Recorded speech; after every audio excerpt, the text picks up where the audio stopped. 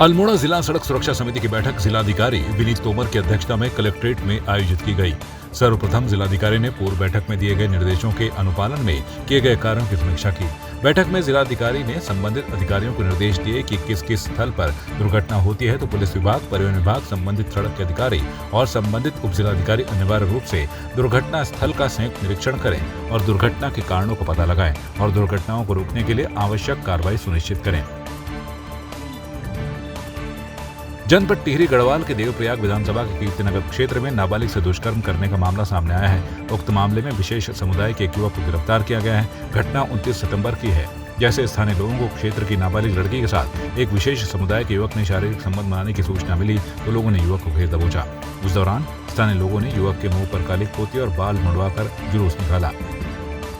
राजस्व पुलिस क्षेत्र में हमारे वहाँ पर मुकदमा पंजीकृत हुआ था 376 3/4 पोक्सो अधिनियम के तहत पंजीकृत किया गया था, जिसे जिलाधिकारी महोदय को तत्काल रिपोर्ट प्रेषित करते हुए मामला रेगुलर पुलिस को हस्तांतरित किया गया है।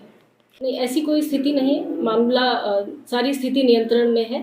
हमारा पुलिस बल हमारे साथ पूरा सहयोग कर रहा है और कल भी हम लोग रेवेन्यू पुलिस रेगुलर लगातार क्षेत्र में है और ऐसी कोई बात नहीं। और अफवाहों को बढ़ावा मत दीजिएगा अगर इस तरह की अफवाहें चल रही है तो। पंजीकृत होने के बाद जो नियमानुसार कार्रवाई होती है कोर्ट में पेश किया गया है। खिलाड़ियों के भविष्य से खिलवाड़। राजधानी देहरादून में जिला क्रिकेट एसोसिएशन से लगातार मनमाने ढंग से खिलाड़ियों के चयन करने के आरोप लगातार सामने आ रहे हैं। एसोसिएशन के कार्यकारी सदस्य ने संगठन की कार्यप्रणाली पर आरोप लगाते हुए प्रेस वार्ता की। उन्होंने बताया कि एसोसिएशन के अधिकारी, सचिव और अध्यक्ष लगातार प्रतिभावान खिलाड़ियों की प्रतिभाओं को दरकिनार करते हुए अपने चहेतों को जो खेल में भी कोई प्रतिभा नहीं रखते उन्हें जगह दे रहे हैं और लिस्ट में उनका नाम डालकर उनको आगे बढ़ाने के लिए प्रेरित किया जा रहा है।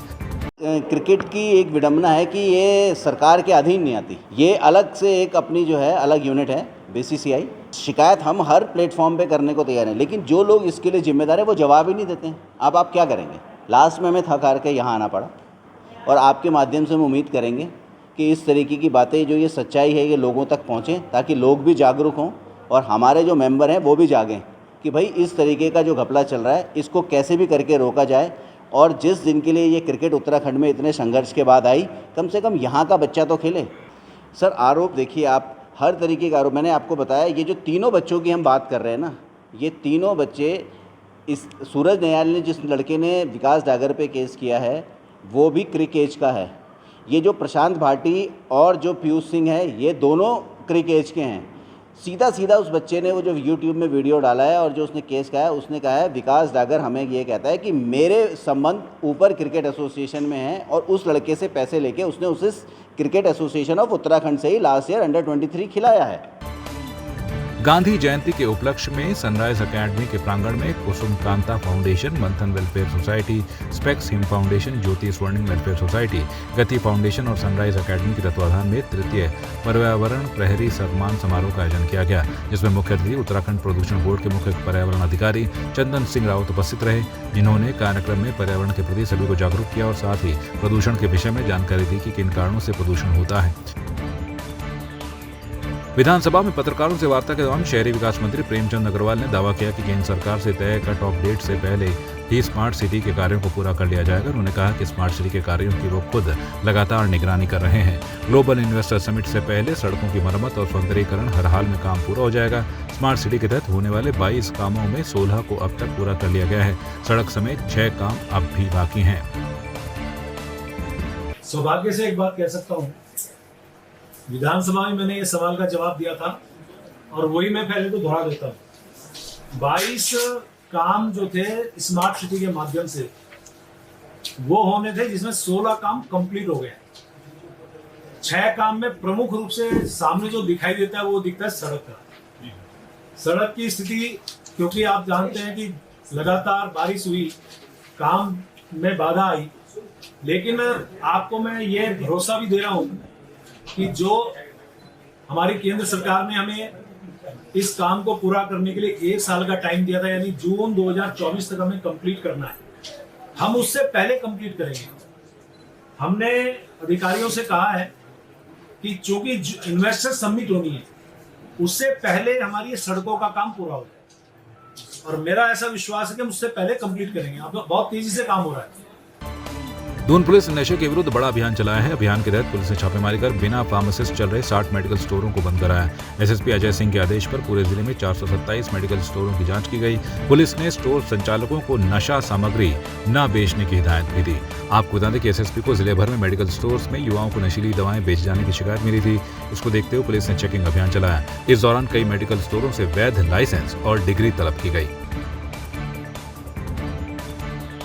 वन मंत्री सुबोध उनियाल ने विधानसभा स्थित सभागार कक्ष में वन विभाग के अधिकारियों के साथ समीक्षा बैठक ली। मंत्री ने कहा कि टिहरी स्टेट 1949 में मर्जर एक्ट के तहत भारत में विलीन हुआ, जिसकी शर्तों का अनुपालन करना हमारी प्राथमिकता है। उन्होंने कहा कि हाल ही में पूरे नरेंद्र नगर शहर को वन विभाग की भूमि के रूप में दर्शाया गया है, जो कि मर्जर एक्ट के प्रावधानों के विपरीत है।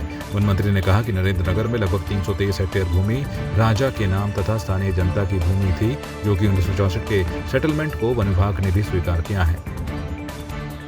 टिहरी स्टेट 1949 में भारत में विलीन हुई और मर्जर एक्ट में जो शर्तें थी उन शर्तों का अनुपालन करना वो बाइंडिंग है।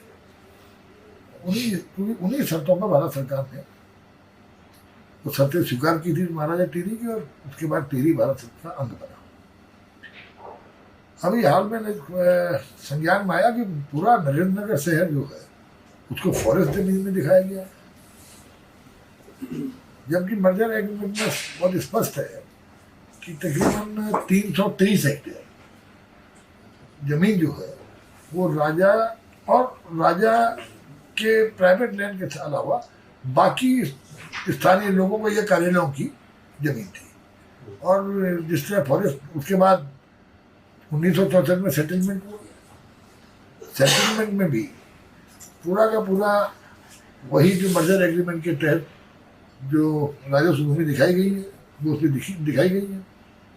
फॉरेस्ट ने 1964 के सेटलमेंट को चैलेंज नहीं किया। तमाम जो सड़कें उस इलाके में बनी उनका कंपनसेशन राज्यों को मिला है, उसको चैलेंज नहीं किया। लेकिन क्योंकि फॉरेस्ट नक्शे में कभी भी एक विस्फोट का रूप ले सकती थी, तो इसलिए एक हम लोगों ने जो वन विभाग के मुखिया जो हॉक और जिलाधिकारी टिहरी और आयुक्त गढ़वाल मंडल और एसडीएम और डीएफओ और कंजर्वेटर अपनी सुरीली आवाज को लेकर इन दिनों सोशल मीडिया पर वायरल पौड़ी जिले के विकासखंड नैनी डांडा की विपाशा से मिलने धर्मशाली के पूर्व विधायक भीमलाल आर्य उनके गांव पहुंचे। विपाशा के सोशल मीडिया पर वायरल होने के चलते बहुत से लोग उनके पास पहुंच रहे हैं और विपाशा को खूब सराह रहे हैं, जिसके चलते घनसाली के पूर्व विधायक भीमलाल आर्य भी विपाशा के गाँव पहुंचे और उन्होंने उनके परिवार की कमजोर आर्थिक स्थिति को दिखा। साथ ही वे कहते हैं कि अभी तक कोई भी अधिकारी या जनप्रतिनिधि विपाशा के पास नहीं पहुंचा, नहीं किसी ने अभी तक विपाशा के लिए मदद का आश्वासन दिया है। सोशल मीडिया पर अपनी सुरीली आवाज़ को लेकर वायरल गर्ल के नाम से मशहूर जनपद पौड़ी गढ़वाल के नैनी डांडा विकास खंड के लुटिया गांव की रहने वाली नन्ही सुर कोकिला 13 वर्षीय बिटिया विपाशा से मिलने 26/9/2023 को रात्रि 7:30 बजे लुटिया गांव गया। और जब मैंने इस प्रतिभा के परिवार की बदहाल स्थिति को देखा, बदहाल आर्थिक स्थिति को देखा, तो मैं निःशब्द हूँ। और यह दुर्भाग्य की बात है कि आज तक कोई जनप्रतिनिधि और कोई अधिकारी इस प्रतिभा की सुध लेने, इससे मिलने तक इसके गांव नहीं गया। नहीं, इसके लिए जो हरसंभव प्रयास हमारा होगा, हम उसके विद्यालय भी जाएंगे, उसके गांव का भी उसका प्रोफाइल पता कर लेंगे और जहाँ तक संभव हो हम 2 अक्टूबर को एक प्रोग्राम कर रहे हैं यहाँ पर स्वच्छता ही सेवा वाला। तो पखवाड़े के संबंध में जब उस न्याय पंचायत में होगा, उस स्कूल में होगा, तो उसको सम्मानित करेंगे। जो हरसंभव जितनी मदद सरकार की योजनाओं की उसको मिल सकती है, उसको हम हरसंभव देने का प्रयास कर रहे हैं। बहुत बहुत धन्यवाद आपका कि आपने ये प्रकरण मेरे संज्ञान में लाया है। मैं तुरंत ही इसको अपने क्षेत्रीय कर्मचारियों द्वारा इसकी सर्वेक्षण करवा के जो उसमें हर संभव उसको मदद मिलेगी और आवास के अगर पात्र होंगे तो उसको हम आवास दिलाने का प्रयास करेंगे।